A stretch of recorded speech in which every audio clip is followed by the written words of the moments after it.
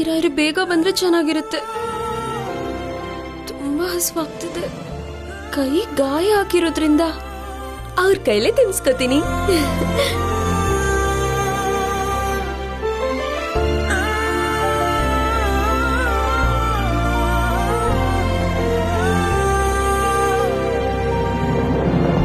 ಪ್ರಿಯಾ, ಊಟ ಮಾಡೋಣವಾ?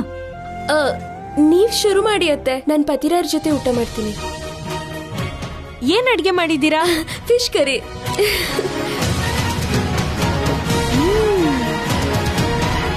ವಾಸನೆ ಘಮ್ ಅಂತ ಇದೆ ಅದ್ಗೆ.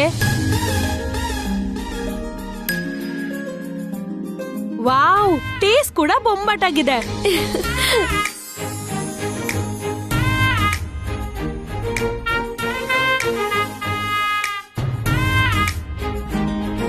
ನಿನಗೆ ಅಡ್ಗೆ ಮಾಡಕ್ ಬರಲ್ಲ ಅಲ್ವಾ? ಮತ್ತೆ ಈ ಫಿಶ್ ಕರಿ ಹೇಗ್ ಮಾಡ್ದೆ? ಪತಿರಾಯರಿಗೆ ಇಷ್ಟ ಅಂತ ಕಲ್ತ್ಕೊಂಡೆ ಅತ್ತೆ. ಅಣ್ಣ ಬರೋದು ಇನ್ನ ಲೇಟ್ ಆಗ್ಬೋದು, ನೀವು ಊಟ ಮಾಡ್ಬಿಡಿ. ಪರವಾಗಿಲ್ಲ, ನಾ ವೇಟ್ ಮಾಡ್ತೀನಿ. ಅಲ್ ನೋಡಿ, ಅಣ್ಣ ಬಂದೇ ಬಿಟ್ಟ. ಪ್ರಿಯಾ, ನನ್ಗಂತೂ ಸಿಕ್ಕಾಪಟ್ಟೆ ಹಶ್ವಾಗ್ತಿದೆ. ಬೇಗ ಊಟ ಬಡಿಸು. ಹಾ, ಕೈ ತೊಳ್ಕೊಂಡ್ ಬನ್ನಿ. ಸರಿ.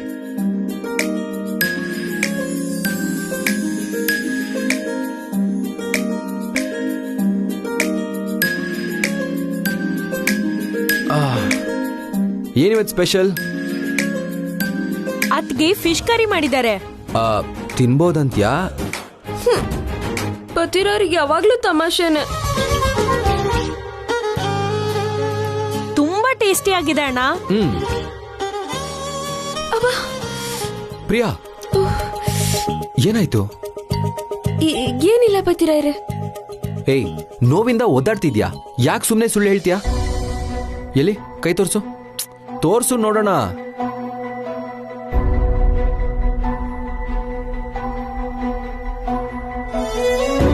ಇದೇನ್ ಗಾಯ ಪ್ರಿಯಾ? ನಿಮ್ಗಿಷ್ಟ ಅಂತ ಫಿಶ್ ಕರಿ ಮಾಡೋಕ್ ಹೋಗಿ ಮೀನನ್ ಕಟ್ ಮಾಡುವಾಗ ಕೈ ಕಟ್ ಮಾಡ್ಕೊಂಡೆ. ನಾನೀಗ ಫಿಶ್ ಕರಿ ಬೇಕು ಅಂತ ಕೇಳಿದ್ನಾ? ಈಗ ನೋಡು ಎಷ್ಟು ದೊಡ್ಡ ಗಾಯ ಆಗಿದೆ. ಹುಷಾರಾಗಿರ್ಬೇಕು ಅಂತ ಗೊತ್ತಾಗಲ್ವಾ ಪ್ರಿಯಾ? ಏನಾದ್ರೂ ಹೆಚ್ಚು ಕಮ್ಮಿ ಆಗಿದ್ರೆ ಏನ್ ಗತಿ?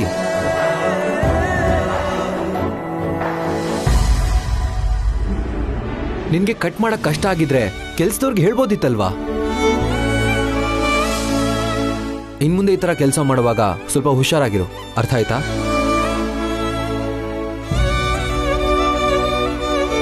ಪೇನ್ ಕಿಲ್ಲರ್ ಕೊಡ್ತೀನಿ ತಗೋ, 2 ದಿನದಲ್ಲಿ ಗಾಯ ವಾಸಿ ಆಗುತ್ತೆ.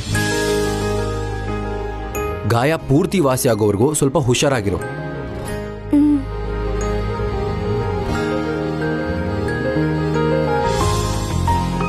ಹಾಗೆ ಗಾಯಕ್ಕೆ ಖಾರ ತಗಲ್ದಿರೋ ತರ ನೋಡ್ಕೋ.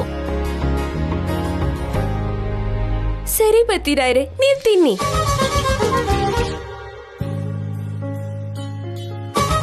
ನೀವು ಕೂತ್ಕೊಳ್ಳಿ ಅದ್ಗೆ. ನಿಮ್ದೆಲ್ಲ ಆದ್ಮೇಲೆ ತಿಂತೀನಿ.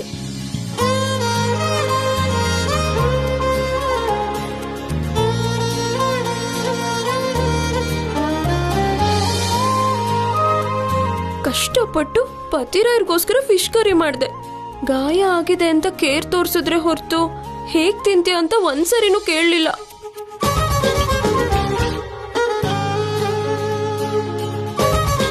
ಏನು ಅನ್ಕೊಂಡಿದ್ದೆ? ಕರಿ ಮಾತ್ರ ತುಂಬಾ ಚೆನ್ನಾಗಿ ಮಾಡಿದ್ಯಾ. Keep it up. Thank you ಪತಿರಾಯರೇ. ನೀವ್ ಹೀಗೆ ಹೊಗಳ್ತಾ ಇದ್ರೆ ಎಷ್ಟ್ ಕಷ್ಟ ಆದ್ರೂ ಸರಿ, ಅಡಿಗೆ ಎಲ್ಲ ಕಲ್ತ್ಕೊಂಡು ನಿಮ್ಗಿಷ್ಟ ಆಗಿರೋದೆಲ್ಲ ಮಾಡ್ಕೊಡ್ತೀನಿ.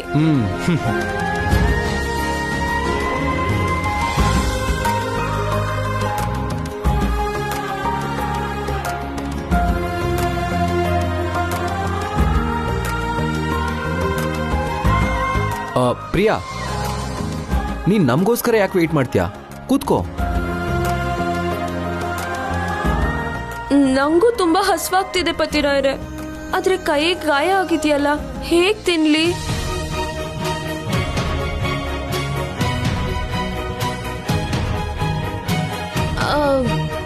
ನಿಮ್ಮನ್ ತಿನ್ಸ್ತೀರಾ ಅಂತ ಕೇಳೋಣ ಅನ್ಕೊಂಡೆ,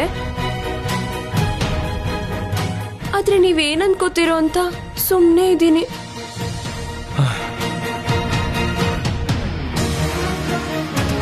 ನಾನೇನು ಕೇಳಕ್ಕೆ ಸಂಕೋಚನ ಪ್ರಿಯಾ?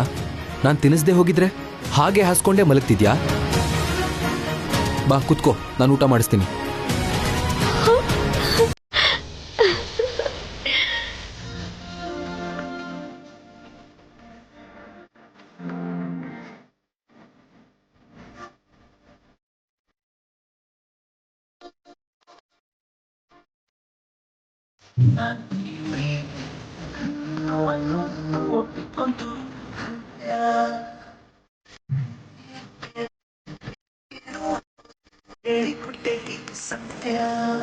ಜೊತೆಯನೇನು ಖುಷಿಯನೇ ತರು. ಅರೆ ಈ ಜನ್ಮ ಮರು ಜನ್ಮ ನಾನಿಂದ ನೆರಳಲ್ಲವೇ.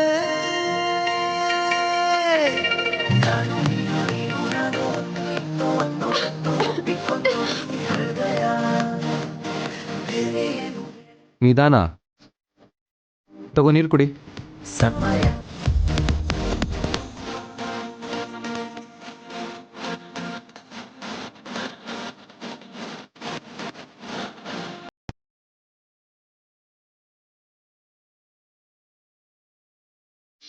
ಇತ್ತೀಚೆಗೆ ಅಣ್ಣ ತುಂಬಾನೇ ಬದಲಾಗಿದ್ದಾನೆ.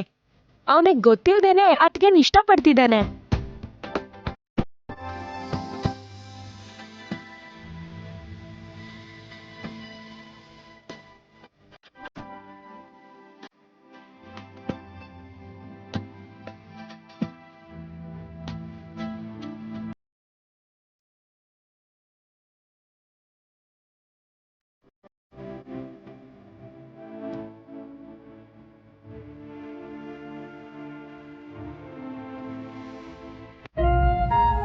ನೀವ್ ಊಟ ಮಾಡಿ, ಇನ್ನು ಸ್ವಲ್ಪ ನೀವ್ ತಿನ್ನಿ. ಸ್ವಲ್ಪ ತಿನ್ನು.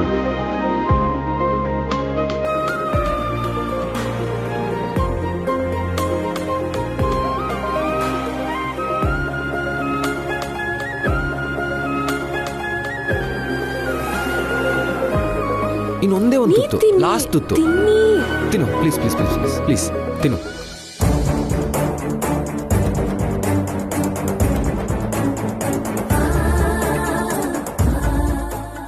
ಅಡುಗೆ ಮಾಡುವಾಗ ಹುಷಾರಾಗಿರು.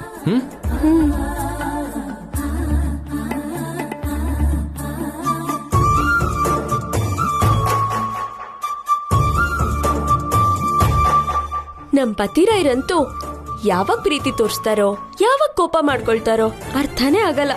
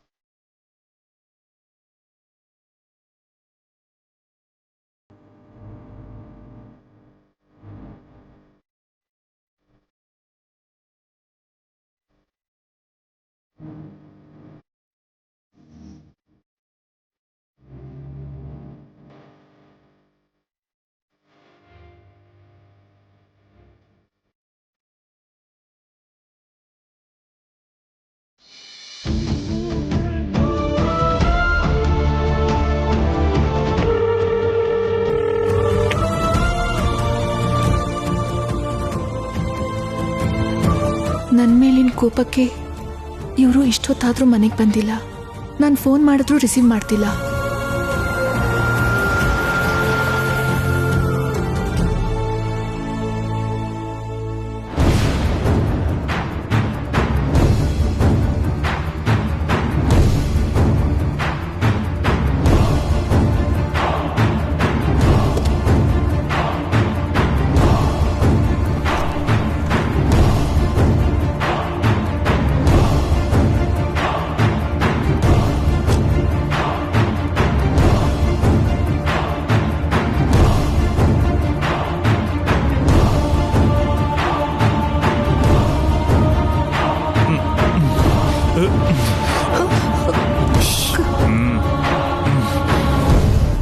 ಯಾಕ್ರಿ ಇಷ್ಟು ಲೇಟ್ ಆಯ್ತು?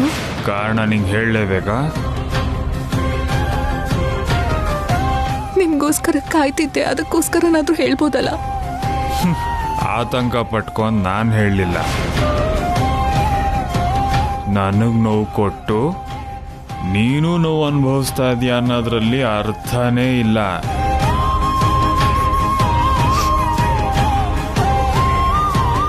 ಕುಡ್ಕೊಂಡು ಬಂದಿದ್ದೀರಾ?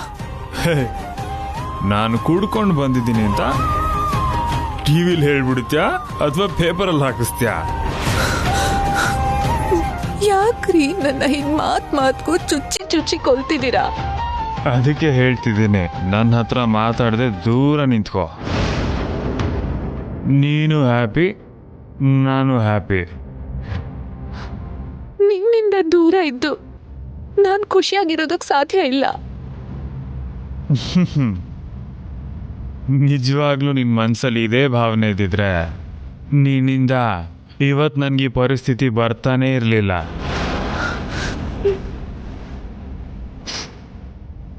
ನೀವು ಒಂದೇ ದಿಕ್ಕಲ್ಲಿ ಯೋಚನೆ ಮಾಡ್ತಿದ್ದೀರ ಹೊರತು ನನ್ನ ಮನ್ಸಲ್ಲಿರೋದನ್ನ ಅರ್ಥ ಮಾಡ್ಕೋತಾ ಇಲ್ಲ. ನೋಡ್ದಿರೋ ಹಾಗೆ ನಿನ್ನ ಮನಸ್ಸನ್ನ ಮುಚ್ಚಿಟ್ಟು ನನ್ನನ್ನು ಅಧೋಗತಿಗೆ ತಳ್ಳಿದ ಮೇಲೆ ಇನ್ನೇನು ನೋಡೋಕ್ಕಾಗತ್ತೆ? ಯಾಕ್ರಿ ಹೀಗೆಲ್ಲ ಮಾತಾಡ್ತಿದ್ದೀರಾ? ನನ್ನ ಮನಸ್ಸು ಯಾವತ್ತಿಗೂ ನಿಮ್ಗೆ ತೆರೆದಿಟ್ಟಿರೋ ಪುಸ್ತಕನೇ.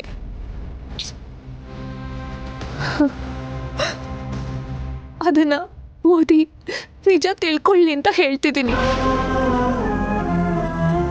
ಅನುಮಾನ ಬಗೆಹರಿಸ್ಕೊಳ್ಳಿ ಅಂತ ಬೇಡ್ಕೊತಿದ್ದೀನಿ ರೀ.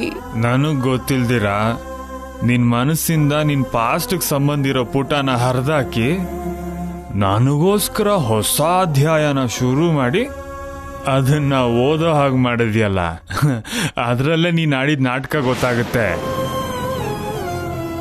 ಯಾವುದು ನಿಜ ಅಂತ ತಿಳ್ಕೊಳ್ಬೇಕು ಅಂತ ಇದ್ರೆ ಅನುಮಾನಗಳೆಲ್ಲ ದೂರ ಆಗತ್ತೆ.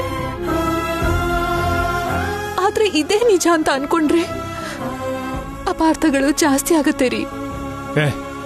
ನಿನ್ನ ನಿಜವಾದ ಬಣ್ಣ ಬಯಲಾದ್ಮೇಲೆ, ನಿನ್ನ ನನಗೆ ಮಾಡಿರೋ ಮೋಸ ಅರ್ಥ ಆದ್ಮೇಲೆ ನನ್ನ ಜೀವನದ ಮೇಲೆ ವಿರಕ್ತಿ ಹುಟ್ಬಿಟ್ಟಿದೆ.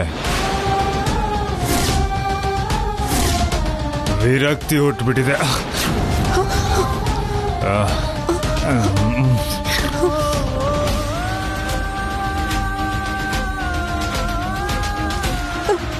ಕೈಲಾಶ್ ಅವರೇ, ನೀನ್ ಮುಟ್ಟಿದ್ರೆ ನನಗೆ ಅಸಹ್ಯ ಆಗುತ್ತೆ. ಹೋಗ ಕಡೆ.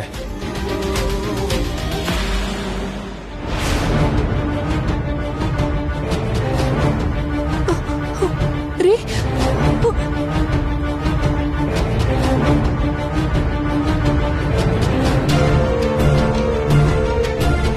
ಅಮ್ಮ, ಭಾವ ಕುಡ್ಕೊಂಡು ಬಂದಿರೋ ಹಾಗಿದೆ.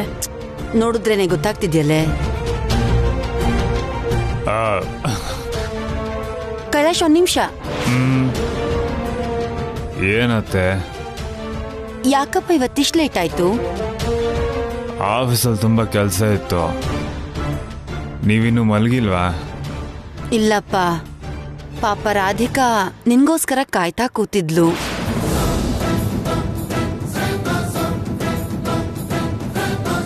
ಅವಳಷ್ಟು ಆತಂಕ ಪಡ್ತಿದ್ರೆ ನೋಡಿ ನಮಗ್ ನಿದ್ದೆ ಹೇಗ್ ಬರುತ್ತೆ ಹೇಳು? ಅದು ಯಾರೇ ಆಗಿರ್ಲಿ, ನನಗೋಸ್ಕರ ಯಾಕೆ ವೆಯ್ಟ್ ಮಾಡಬೇಕು?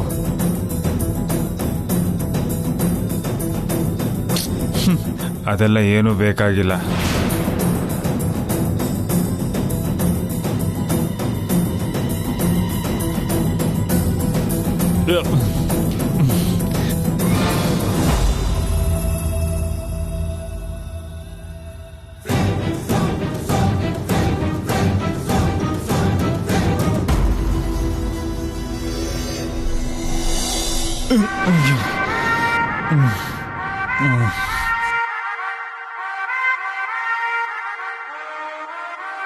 ಅನುಮಾನನೇ ಇಲ್ಲ ಮಲ್ಲೇಶ್ವರಿ, ಕೈಲಾಶ್ ಮಾತ್ರ ರಾಧಿಕಾ ಮಧ್ಯ ದೊಡ್ಡ ಜಗಳನೇ ನಡೆದಿದೆ. ನೀನ್ ಹೇಳ್ತಿರೋದ್ ನಿಜಾನಾ ಅಮ್ಮ? ನೋಡಿದ್ರೇನೆ ಗೊತ್ತಾಗ್ತಿದ್ಯಲ್ಲೇ. ಯಾವ ಕೆಟ್ಟ ಚಟ ಇಲ್ಲದ ಗಂಡ್ಸು ಸಡನ್ ಆಗಿ ಮನೆಗ್ ಕುಡ್ಕೊಂಡ್ ಬಂದಿದ್ದಾನಂದ್ರೆ ಅದಕ್ ಕಾರಣ ಖಂಡಿತವಾಗ್ಲೂ ಅವ್ನ್ ಹೆಂಡ್ತಿನೇ. ರಾಧಿಕಾ ಮೇಲಿನ ಬೇಜಾರಿಂದಾನೆ ಕೈಲಾಶ್ ಇವತ್ತು ಕುಡಿದ್ ಬಂದಿದ್ದಾನೆ. ಈಗ ನೀನೇ ನೋಡಿದ್ಯಲ್ಲ. ಆ ರಾಧಿಕಾ ಈ ಮನೆಯಿಂದ ಆಚೆ ಹೋಗೋ ದಿನ ತುಂಬಾ ದೂರ ಏನಿಲ್ಲ ಅಂತ ಅನಿಸ್ತಿದೆ ಅಮ್ಮ.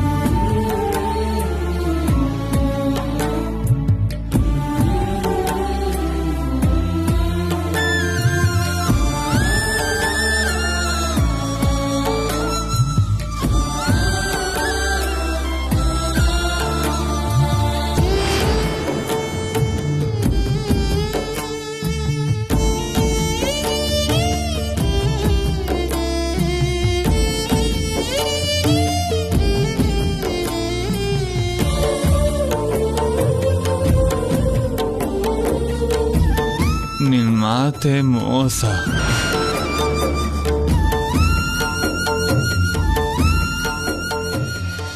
ನನಗ್ ಮೋಸ ಮಾಡ್ಬಿಟ್ಟೆ.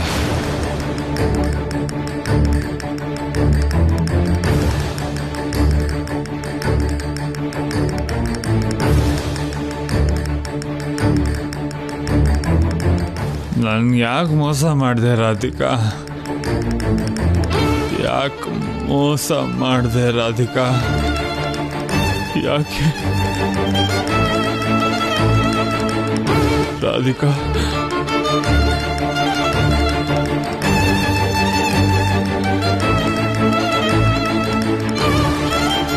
ರಾಧಿಕಾ ಯಾಕೆ ಹೀಗೆ ನನಗೆ ಮೋಸ ಮಾಡಿದೆ?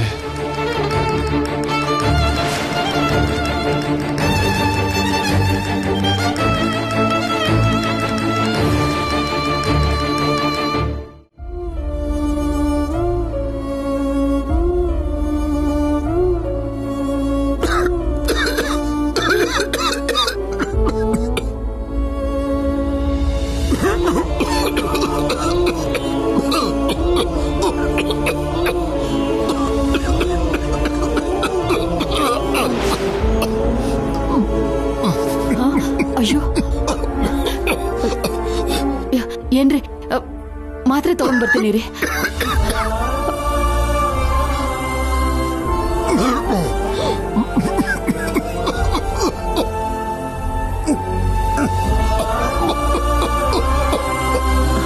ಏನ್ರಿ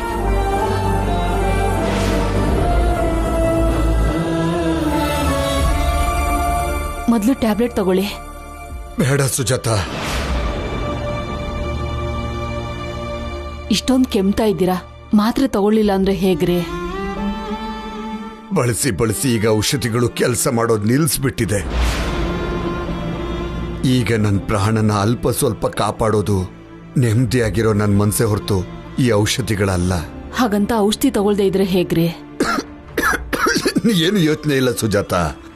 ಮೊದಲು ನಾನು ಸಾಯಕ್ ಮುಂಚೆ ಇಬ್ಬರು ಮಕ್ಕಳು ಮದುವೆ ಮಾಡಕ್ಕಾಗುತ್ತೋ ಇಲ್ವೋ, ಅವ್ರಿಗೊಳ್ಳೆ ಜೀವನ ಕೊಡಕ್ಕಾಗುತ್ತೋ ಇಲ್ವೋ ಅಂತ ಯೋಚನೆ ಕಾಡ್ತಾ ಇತ್ತು.